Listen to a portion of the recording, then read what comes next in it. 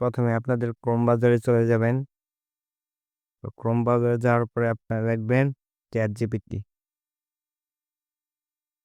তারপর আপনারা ChatGPT-তে চলে যাবেন। ChatGPT-তে চলে যাওয়ার পর আপনারা এখানে লিখে দিবেন যে আপনারা ChatGPT-তে লিখে দিবেন আমার ইউটিউব চ্যানেলের নাম এআরইডির জন্য। আপনারা আপনাদের চ্যানেলের নামটি বলে দিবেন। তারপরে এটি একটি টেক চ্যানেল।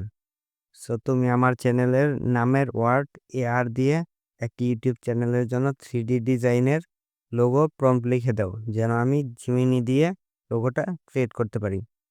আপনারা এইভাবে সুন্দর করে ChatGPT-তে লিখে পাঠিয়ে দিবেন।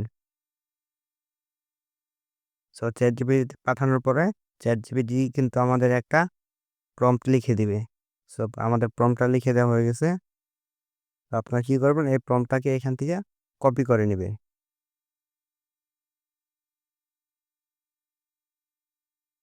আমাদের কপি করা হয়ে গেছে। তারপর আপনারা চলে যাবেন গুগল জিমিনিতে। আমরা গুগল জিমিনিতে চলে আসলাম। গুগল জিমিনিতে আসার পর আপনারা জাস্ট ওই আপনাদের কপি করা প্রম্পটটাকে এখানে পেস্ট করে দিবেন।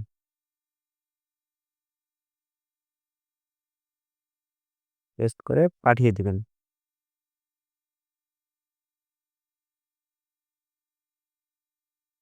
গাইস, আপনারা দেখতেই পাচ্ছেন গুগল জিমিনি আমাদেরকে কত সুন্দর একটা লোগো ক্রিয়েট করে দিয়েছে। আপনারা লোগোটাকে সেভ করার জন্য ক্লিক করবেন। ক্লিক করার পর এখানে দেখেন সেভ অপশন আছে, সেভ অপশনে ক্লিক করবেন। আপনাদের লোগোটি কিন্তু ডাউনলোড হয়ে যাবে।